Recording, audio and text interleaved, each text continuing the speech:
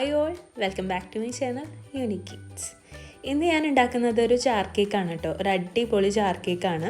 Nutella chocolate jar കേക്കാണ് കേട്ടോ ഉണ്ടാക്കുന്നത്. അടിപൊളി ടേസ്റ്റാണ്. കസ്റ്റമേഴ്സൊക്കെ നല്ല റിവ്യൂ പറഞ്ഞിട്ടുള്ള ഒരു ജാർ കേക്കാണ്. അപ്പോൾ ഇതിൻ്റെ ഫോട്ടോ ഞാൻ ഇൻസ്റ്റാഗ്രാമിൽ ഇട്ട സമയത്ത് ഒരുപാട് പേര് ഇതിൻ്റെ റെസിപ്പി ചോദിച്ചിട്ടുണ്ടായിരുന്നു. അപ്പോൾ ഇന്നത്തെ വീഡിയോയിൽ ഞാൻ ഇതിൻ്റെ റെസിപ്പിയും ഇതിൻ്റെ പ്രൈസും അതേപോലെ ഇതിൻ്റെ പാക്കിങ്ങും ഒക്കെയാണ് കാണിക്കുന്നത്. അപ്പോൾ നമുക്ക് വീഡിയോയിലേക്ക് പോവാം. അതിനുമ്പോൾ നിങ്ങൾ ആദ്യമായിട്ടാണ് ഈ ചാനൽ കാണുന്നുണ്ടെങ്കിൽ ഒന്ന് സബ്സ്ക്രൈബ് ചെയ്യുക. അതേപോലെ തന്നെ ഗിവ് അവേയിൽ ആരെങ്കിലും പാർട്ടിസിപ്പേറ്റ് ചെയ്തിട്ടില്ല എന്നുണ്ടെങ്കിൽ പോയി പാർട്ടിസിപ്പേറ്റ് ചെയ്യുക കേട്ടോ. അതിൻ്റെ റൂൾസ് എന്തൊക്കെയാണെന്നുള്ളൊരു വീഡിയോയുടെ ലിങ്ക് ഞാൻ താഴെ ഡിസ്ക്രിപ്ഷനിൽ കൊടുക്കാം. അപ്പോൾ അതിനായിട്ട് ആദ്യം നമുക്കിതിനുള്ള ചോക്ലേറ്റ് കേക്ക് ഉണ്ടാക്കണം. അപ്പോൾ അതുണ്ടാക്കാൻ വേണ്ടിയിട്ട് ഞാനിവിടെ ആദ്യം ഡ്രൈ ഇൻഗ്രീഡിയൻസ് ഒക്കെ ഒന്ന് അരച്ചെടുക്കുകയാണ്. അതിനായിട്ട് 1/2 കപ്പ് മൈദ എടുത്തിട്ടുണ്ട്. അതിൽ നിന്ന് 1 ടേബിൾ സ്പൂൺ മൈദ മാറ്റിയതിന് ശേഷം അതിലോട്ട് 1 ടേബിൾ സ്പൂൺ അളവിൽ കോൺഫ്ലോർ ചേർത്ത് കൊടുത്തിട്ടുണ്ട്. ഇനി അതിലേക്ക് 3 ടേബിൾ സ്പൂൺ അളവിൽ കൊക്കോ പൗഡറും 1/2 ടീസ്പൂൺ അളവിൽ ബേക്കിംഗ് പൗഡറും ഒരു പിഞ്ച് ഉപ്പും കൂടെ ചേർത്തതിന് ശേഷം നന്നായിട്ട് മിക്സ് ചെയ്ത് മാറ്റി വയ്ക്കാം. ഒരൊറ്റ പ്രാവശ്യം മിക്സ് ചെയ്താൽ മതി. ഇനി നമുക്ക് വെറ്റ് ഇൻഗ്രീഡിയൻസ് റെഡിയാക്കാം. വെറ്റ് ഇൻഗ്രീഡിയൻസിനായിട്ട് ഞാൻ 2 മുട്ടയാണ് എടുത്തിട്ടുള്ളത്. ഫ്രിഡ്ജിൽ നിന്ന് ഡയറക്റ്റ് എടുത്ത മുട്ടയാണ്, എന്നാലും കുഴപ്പമൊന്നുമില്ല. കേക്ക് നല്ല സോഫ്റ്റ് ആയിട്ട് തന്നെ ഇരിക്കും.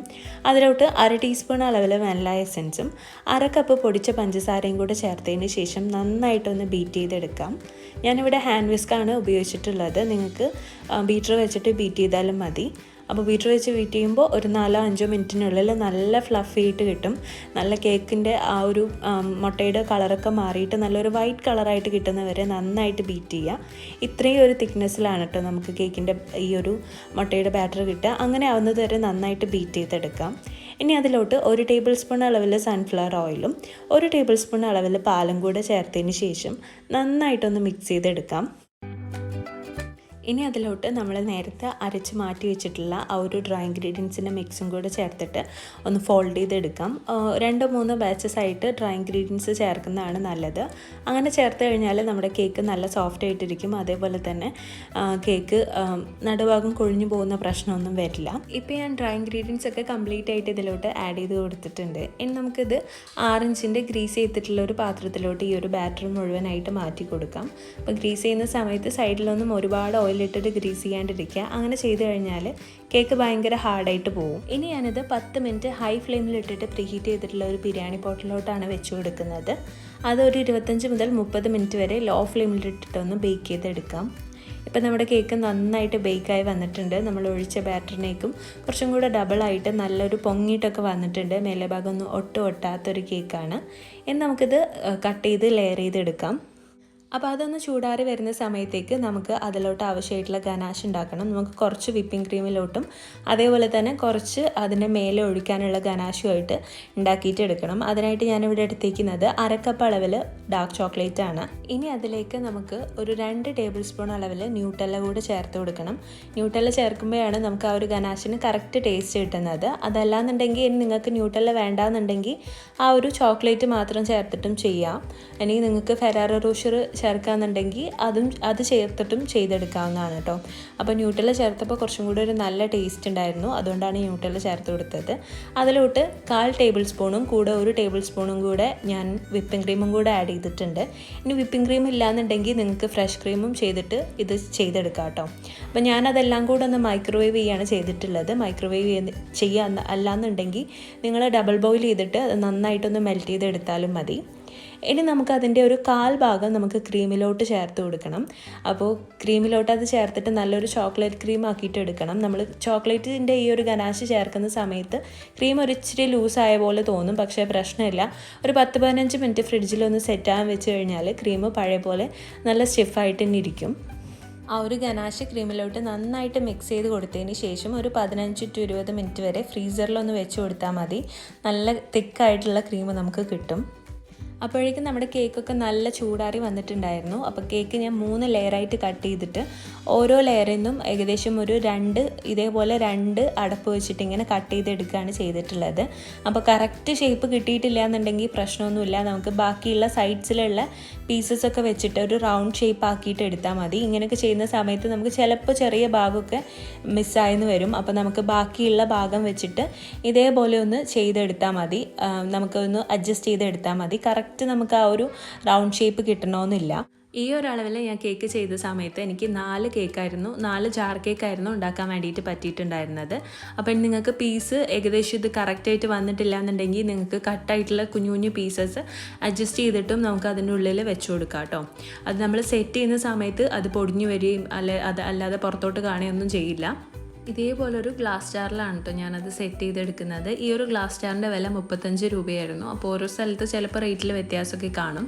ഇനി നമുക്ക് ഇതേപോലെ സെറ്റ് ചെയ്തിട്ട് എടുക്കാം. ആ ഒരു അടപ്പിനനുസരിച്ചിട്ട് വേണം നമ്മൾ കേക്ക് കട്ട് ചെയ്തെടുക്കാൻ വേണ്ടിയിട്ട്. അല്ലാന്നുണ്ടെങ്കിൽ നമുക്ക് മര്യാദയ്ക്ക് അതിലോട്ട് വെക്കാൻ വേണ്ടിയിട്ട് പറ്റില്ല. ഇതേപോലെ നമുക്കതിലോട്ട് ഇറക്കി വെച്ച് കൊടുത്തതിന് ശേഷം നമുക്കതൊന്ന് വെറ്റ് ചെയ്തെടുക്കാം. അപ്പോൾ വെറ്റ് ചെയ്യാനായിട്ട് ഞാൻ എടുത്തിട്ടുണ്ടായിരുന്നത് മിൽക്കും അതേപോലെ തന്നെ മിൽക്ക് മെയ്ഡും ചേർന്നിട്ടുള്ളൊരു മിക്സാണ്. 1/2 കപ്പ് പാലിലോട്ട് ഒരു 1/4 കപ്പ് അളവിൽ മിൽക്ക് മെയ്ഡ് ചേർത്തിട്ടുള്ളൊരു മിൽക്ക് മിക്സ് വെച്ചിട്ടാണ് കേട്ടോ ഞാനിത് വെറ്റ് ചെയ്യുന്നത്. അപ്പോൾ ഷുഗർ സിറപ്പ് വെച്ചിട്ട് നിങ്ങൾ വെറ്റ് ചെയ്യുന്നേക്കും കുറേ കൂടെ നല്ലൊരു ഓപ്ഷനാണ് ഈ ഒരു മിൽക്ക് മിക്സ് വെച്ചിട്ട് വെറ്റ് ചെയ്യാന്നുള്ളത്.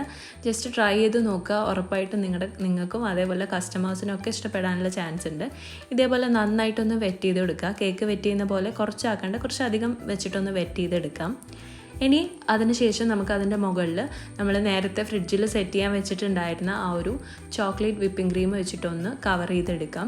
അപ്പോൾ നിങ്ങൾക്ക് ഇഷ്ടമുള്ള രീതിയിൽ നോസിൽ വെച്ചിട്ടൊക്കെ ഡിസൈൻ ചെയ്തെടുക്കാം. അതിൻ്റെ ആവശ്യമൊന്നുമില്ല എന്നുണ്ടെങ്കിൽ ഇതേപോലെ പൈപ്പിംഗ് ബാഗ് ജസ്റ്റ് ഒന്ന് കട്ട് ചെയ്ത് കൊടുത്തതിന് ശേഷം റൗണ്ടിലൊന്ന് ചെയ്തെടുത്താൽ മതി.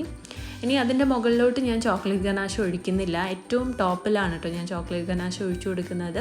നിങ്ങൾക്ക് വേണമെന്നുണ്ടെങ്കിൽ ഓരോ ലെയേഴ്സിലും ചോക്ലേറ്റ് ഗനാഷും അതേപോലെ തന്നെ ചോക്ലേറ്റ് ചിപ്സും ഒക്കെ ഇട്ട് നല്ല ചോക്ലേറ്റ് ഇട്ട് ഇത് ചെയ്തെടുക്കാവുന്നതാണ്. ഞാൻ രണ്ടാമത്തെ ലെയറും ചോക്ലേറ്റിൻ്റെ ആ ഒരു ക്രീം വെച്ചിട്ട് കവർ ചെയ്ത് കൊടുത്തതിന് ശേഷം നമ്മൾ നേരത്തെ ഉണ്ടാക്കി വെച്ചിട്ടുള്ള ആ ഒരു ചോക്ലേറ്റ് ഗനാഷ് അതിൻ്റെ മുകളിൽ ഇത്രയും തിക്നെസ്സിലൊന്ന് ചെയ്ത് കൊടുക്കുകയാണ്. എന്നാൽ കറക്റ്റ് നമ്മൾ കഴിക്കുന്ന സമയത്ത് മേലെ ഭാഗം നല്ല ചോക്ലേറ്റ് ഇട്ടിരിക്കും.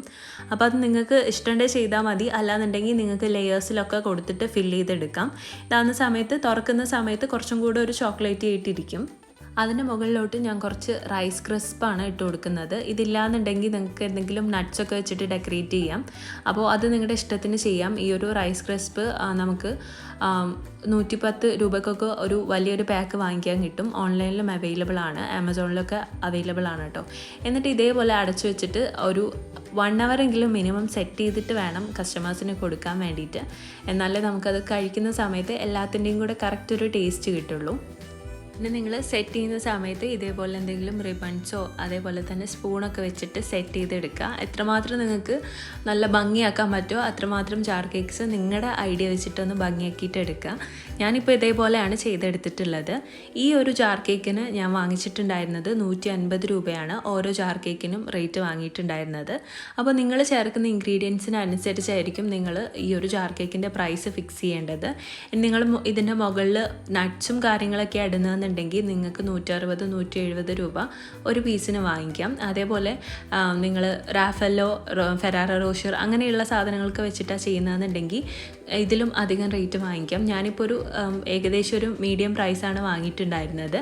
അപ്പോൾ പ്രൈസ് ഈ ഒരു റേഞ്ചിൽ വാങ്ങുന്നതായിരിക്കും നമുക്ക് കുറച്ചും കൂടെ ലാഭമായിട്ടുണ്ടാവുക. അപ്പോൾ എല്ലാവരും ഈ ഒരു ജാർ കേക്ക് ഒന്ന് ട്രൈ ചെയ്ത് നോക്കുക. ഉറപ്പായിട്ട് നിങ്ങൾക്ക് ഇഷ്ടമാവും. സെയിൽ ചെയ്ത് നോക്കുക. നിങ്ങളുടെ കസ്റ്റമേഴ്സിനും ഉറപ്പായിട്ടും ഇഷ്ടമാവും. എല്ലാവരും ട്രൈ ചെയ്ത് നോക്കിയിട്ട് ഫീഡ്ബാക്ക് എന്നെ അറിയിക്കുക. പിന്നെ നിങ്ങൾക്ക് ഈ വീഡിയോ ഇഷ്ടമായി എന്നുണ്ടെങ്കിൽ ലൈക്ക് ചെയ്യുക, കമൻറ്റ് ചെയ്യുക, ഫ്രണ്ട്സ് ആൻഡ് ഫാമിലിക്കൊക്കെ ഇതൊന്ന് ഷെയർ ചെയ്ത് കൊടുക്കുക.